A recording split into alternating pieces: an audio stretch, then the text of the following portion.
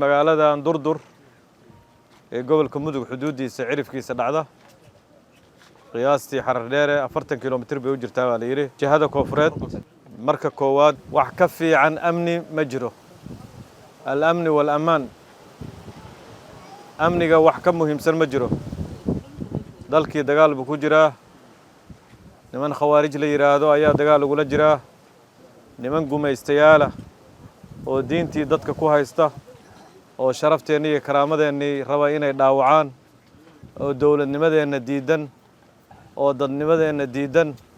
oo dameer uu ka fakan waayay waxaana laga sheegay deegaankan inay ku ciqaabeen dameerihii iska wadaa xoolihii caadiga ahaa iyo dadkii wax ka fakanaya inaysan jirin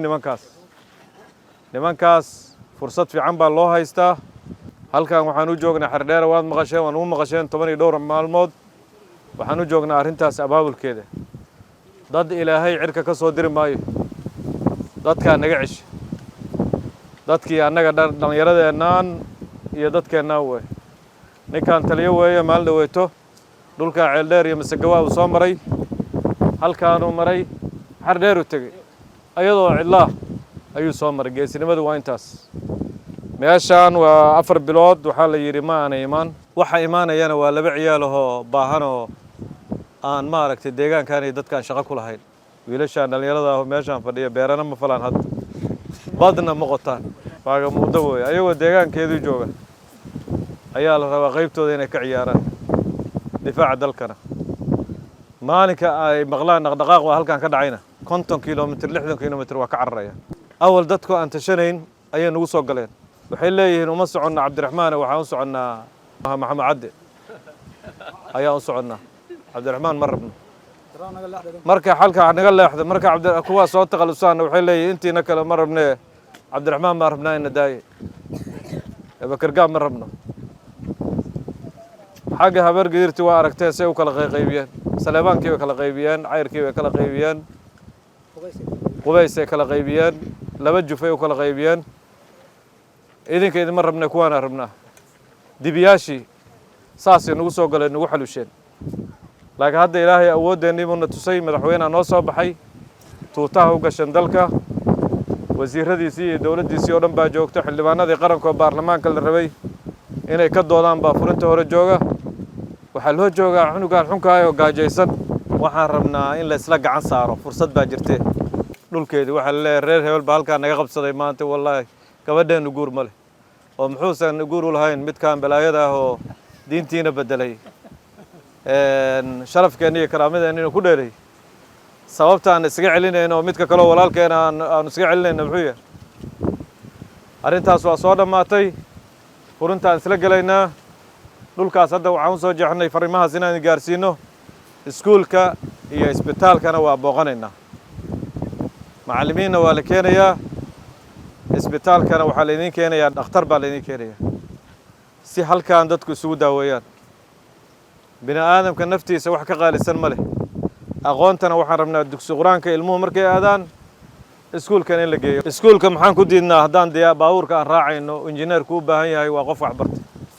markaan xanuunsanno dhakhtarkaan u tagayno waa wiil waalidkiisu wax baray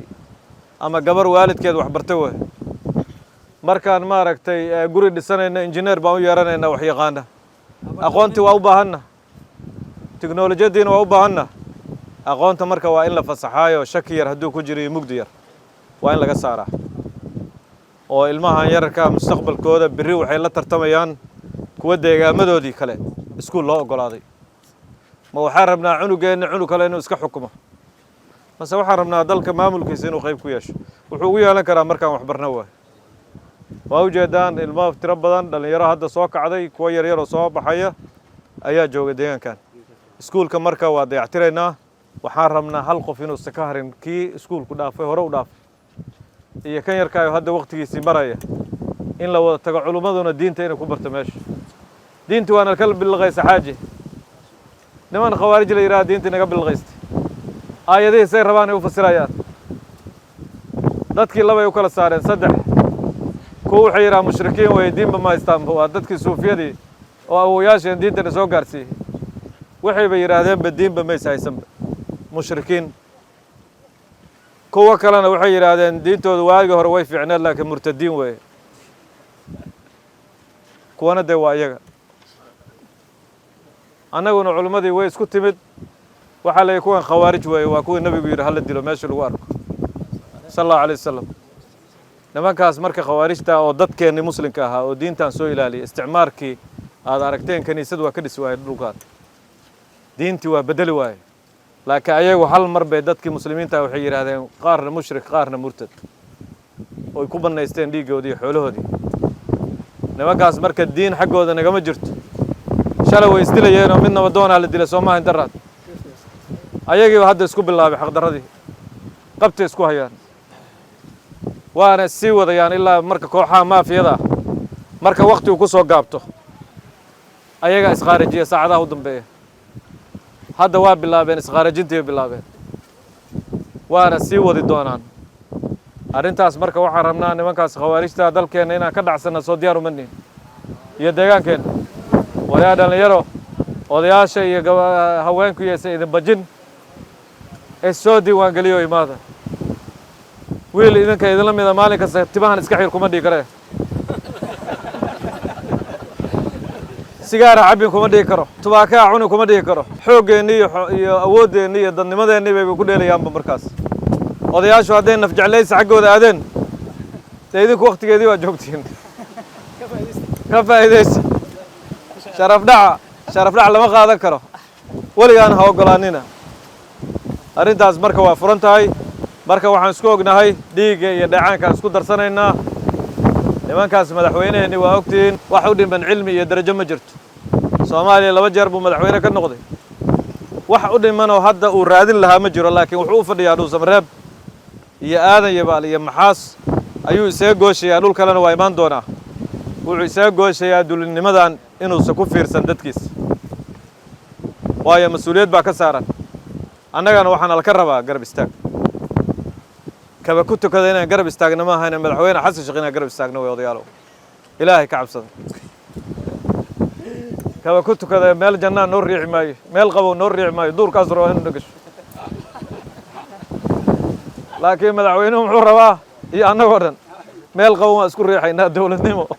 war isbitaalka war iskuulka war shaqada war caafimaadka halkaasaa isku riixaynaa asaguna janno uusan rabin asagu ayuu dadka u riixaya jannada hadduu rabo safka hore inuu soo istaagay ahayd gadaal buu intay istaagu leeyahay jannada idinku isqarxiya gala idinkaa helaye kaba ku tukada marka waa beenaale ilaahay iyo rasuulkiisa ma yaqaan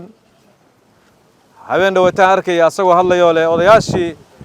mudullood iyo abgaal baa intay ii yimaadeen bay shareecada nagu xukun nin maleeshiyaad uu ahaan jiray shareecada goormu bartay kaba ku tukada mooryaan buu ahaan jiray isagaaba dadka dhici jiray ninkii wuxuu leeyahay dadkayga isoo doontay soomaali ninkii codka siisay waa xasan sheekh ay ku og tahay inta kale been waay ninkaasi cod siisay maalin cad dooratay sanad ka hor yidhaahdeen dalkan hoggaami dalkan adaa madax ka ah madaxtinimo kale nin ku sheegan karaana waa ma wajiraba arrintaas marka waxaan isku ognahay si aan horumarka iyo mashaariicdii ay u yimaadaan meeshaan waa inaan cabsida ka dulqaadnaa meeshaan ceeldheer halkaana ka tegaynaa iyo masagawaahi ka imaan mayno ruunirgood iyo cadale dambe ka imaan mayno marka waa inaan xagga saas u soconnaaba halkaa reer mudug baa tegaya idinkaa hoggaaminaya waxaan iska ognahay wixii khataroo la arko raggii ciidankaa waa joogaan ha la soo wargeliyo waxaan iska ognahay horumarka dalka inaan ka shaqayno iskuulkaas iyo isbitaalkaas siday u shaqo geli lahaayeen ilmaheennan aan u geysan lahayn tartan baan ku jirnaa deegaankan tartan buu ku jiraa dowlad goboleedkan tartan buu ku jiraa degmadan tartan bay kula jirtaa degmooyin kale oo dariskeeda ah oo xardheera tartankaas waxaan rabaa inaan laga harin dadkeeduna ay hormuud u noqdaan aad iyo aad baa u mahadsantihiin waa isku soo laabanaynaa taliyahan cali cagey ayaa noo jooga deegaanka xiriirkiisa hala badiyo teleefonkiisa waa la yaqaanaa nin dadkan jecel weeyo waa nin geesiya oo dhiiggiisa iyo dhacaankiisa u rabaa inuu dalkan geliyo wuu jeclayst sharaf baad leedihiin واسكو سو نقونينا deegaankana horumarkiisa iyo dhalinyarada aan xardheer aan ku aragnaa rabnaa dhowr ber kadib